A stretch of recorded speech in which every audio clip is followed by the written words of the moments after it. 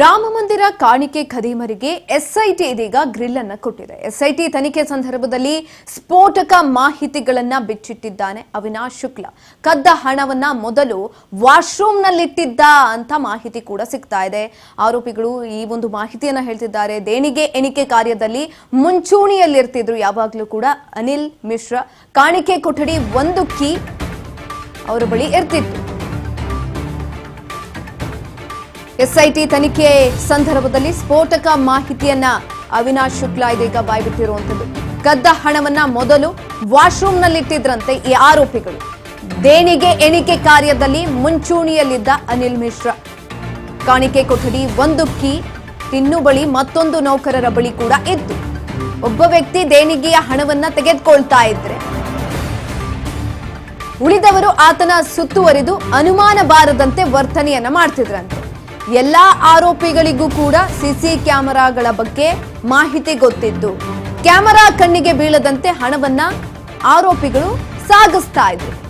ಕದ್ದ ಹಣವನ್ನೆಲ್ಲ ವಾಶ್ರೂಮ್ನಲ್ಲಿ ಬಚ್ಚಿಡ್ತಾ ಇದ್ರಂತೆ.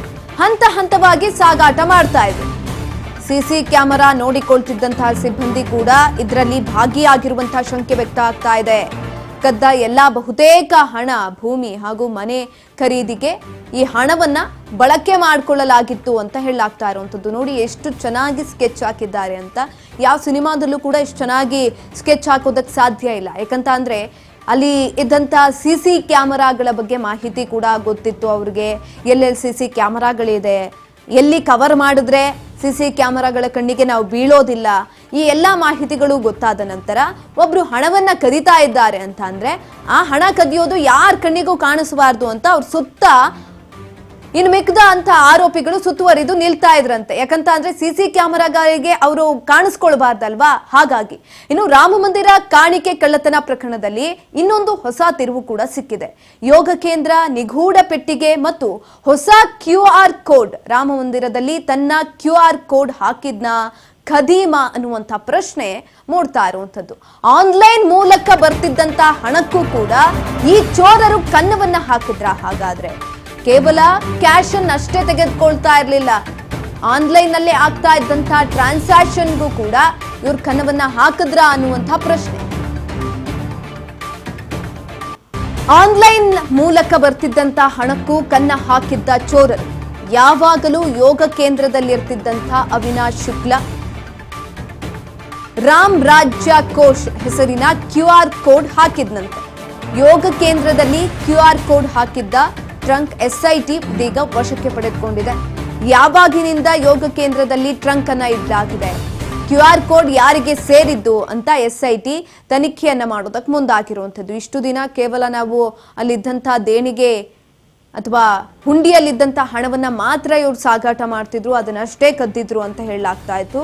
ಯಾವಾಗ ಈ ಒಂದು ತನಿಖೆ SIT ಕೈಗೋಯ್ತು, ಅದಾದ ನಂತರ ಎಲ್ಲವನ್ನೂ ಕೂಡ ಕೂಲಂಕುಷವಾಗಿ ತನಿಖೆಯನ್ನು ಮಾಡೋದಕ್ಕೆ ಮುಂದಾಗ್ತಾ ಇದೆ. ಹಾಗಾಗಿ ಈತ ಯಾವಾಗಲೂ ಕೂಡ ಯೋಗ ಕೇಂದ್ರದಲ್ಲಿ ಇರ್ತಾ ಇದ್ದ, ಅಲ್ಲಿ ಆಗ್ತಾ ಇದ್ದಂತಹ ಚಲನವಲನಗಳನ್ನ ಕೂಡ ಗಮನಿಸ್ತಾ ಇದ್ದ.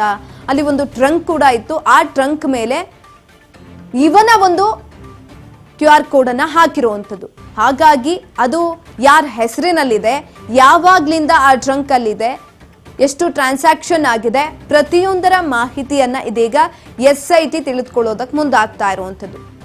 QR ಕೋಡ್ ಯಾರಿಗೆ ಸೇರಿದ್ದು ಅಂತ ಕೂಡ SIT ತನಿಖೆಯನ್ನ ನಡೆಸಿ ಅದರ ಮಾಹಿತಿಯನ್ನ ಕೂಡ ಪಡೆದುಕೊಳ್ಳೋದಕ್ಕೆ ಮುಂದಾಗ್ತಾ ಇದೆ.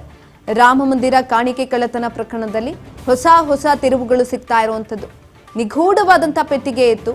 ಆ ಪೆಟ್ಟಿಗೆ ಮೇಲೆ ಒಂದು QR ಕೋಡ್ ಕೂಡ ಇತ್ತು. ಆ QR ಕೋಡ್ ಅನ್ನ ಹಾಕಿದ್ದು ಈ ಖದೀಮರ. ಆನ್ಲೈನ್ ಮೂಲಕ ಬರ್ತಿದ್ದಂತ ಹಣಕ್ಕೂ ಕೂಡ ಈ ಖದೀಮರು ಕನ್ನವನ್ನ ಹಾಕಿದ್ರಾ ಅನ್ನುವಂಥ ಪ್ರಶ್ನೆ. ಯಾವಾಗಲೂ ಕೂಡ ಈ ಅವಿನಾಶ್ ಶುಕ್ಲಾ ಅನ್ನುವಂಥ ಆತ ಅಲ್ಲೇ ಇರ್ತಿದ್ನಂತೆ. ರಾಮ್ ರಾಜ್ಯ ಕೋಶ ಹೆಸರಿನ QR ಕೋಡ್ ಅನ್ನ ಅಲ್ಲಿ ಹಾಕಿ ಅಲ್ಲಿಂದಲೂ ಕೂಡ ಹಣವನ್ನ ವರ್ಗಾವಣೆ ಮಾಡಿಸ್ಕೊಳ್ತಾ ಇದ್ದ. ಕೇವಲ ಅಲ್ಲಿದ್ದಂಥ ಹುಂಡಿ ಹಣವನ್ನಷ್ಟೇ ಅಲ್ಲ, ಹುಂಡಿ ಹಣದಲ್ಲೂ ಕೂಡ ಬೇಜಾನ ಆಟಗಳನ್ನ ಆಡ್ಬಿಟ್ಟಿದ್ದಾರೆ. ರಾಮ ಮಂದಿರದಲ್ಲಿ ಅನಿಲ್ ಮಿಶ್ರಾ ಹೇಳಿದ್ದವರಿಗೆ ಉದ್ಯೋಗ ಸಿಗ್ತಾ ಇತ್ತು. ಉದ್ಯೋಗ ನೀಡೋದಕ್ಕೆ ಬಹುತೇಕರಿಗೆ ಅನಿಲ್ ಮಿಶ್ರಾ ಶಿಫಾರಸನ್ನ ಮಾಡಿದ್ರಂತೆ. ಅನಿಲ್ ಹೇಳಿದ್ದ 125ಕ್ಕೂ ಹೆಚ್ಚು ಮಂದಿಗೆ ಅಲ್ಲಿ ಉದ್ಯೋಗ ಸಿಕ್ಕಿದೆ. ಮಂದಿರದಲ್ಲಿ ತನ್ನ ಆಪ್ತರಿಗೆ ಉದ್ಯೋಗ ಕೊಡಿಸಿದ್ರು ಅನಿಲ್ ಮಿಶ್ರಾ. ಉದ್ಯೋಗ ಕೊಡಿಸೋದಕ್ಕೂ ಕಮಿಷನ್ ಅನ್ನ ಪಡಿತಾ ಇದ್ರಂತೆ ಅನಿಲ್ ಅವರು. ಎಲ್ಲಾ ಕಡೆಯಿಂದಲೂ ಕೂಡ ಒಟ್ಟಿನೊಳಗೆ ಅವನಿಗೆ ದುಡ್ಡು ಹೋಗ್ತಾ ಇತ್ತು ಅಷ್ಟೇ. ಮಿಶ್ರಾ ಜೊತೆ ಸಂಪರ್ಕದಲ್ಲಿದ್ದಂತಹ ಸಿಬ್ಬಂದಿಗಳು ರಾಮ ಮಂದಿರದಲ್ಲಿ ಅನಿಲ್ ಮಿಶ್ರಾ ಹೇಳಿದವರಿಗೆ ಉದ್ಯೋಗವನ್ನ ಕೂಡ ಕೊಡ್ಲಾಗ್ತಾ ಇತ್ತು ಅಂತ ಇದೀಗ ಹೇಳಲಾಗ್ತಾ ಇರುವಂತದ್ದು. ಶಿಫಾರಸನ್ನ ಮಾಡ್ತಾ ಇದ್ರಂತೆ. ಹಾಗಾಗಿ 125ಕ್ಕೂ ಹೆಚ್ಚು ಮಂದಿಗೆ ಉದ್ಯೋಗವನ್ನ ಕೂಡ ಈ ಅನಿಲ್ ಮಿಶ್ರಾ ಕೊಡಿಸಿದ್ದಾರೆ. ಆತ ಯಾರಿಗೆ ಹೇಳ್ತಾನೋ ಅವ್ರಿಗೆ ಉದ್ಯೋಗ ಸಿಗ್ತಾ ಇತ್ತು. ಹಿಂದೆ ಮುಂದೆ ನೋಡ್ತಾ ಇರಲಿಲ್ಲ, ಯಾವ ದಾಖಲೆಗಳನ್ನು ಪರಿಶೀಲನೆ ಮಾಡ್ತಿರ್ಲಿಲ್ಲ, ಅವರ ಬ್ಯಾಕ್ಗ್ರೌಂಡ್ ಪರಿಶೀಲನೆ ಮಾಡ್ತಿರ್ಲಿಲ್ಲ. ಯಾಕಂತ ಅಂದ್ರೆ ಈ ಇನ್ಫ್ಲೂಯೆನ್ಸ್ ಅನ್ನೋದಿದೆಯಲ್ಲ, ಅದು ಅಷ್ಟು ಪ್ರಮುಖ ಪಾತ್ರವನ್ನು ವಹಿಸುತ್ತೆ.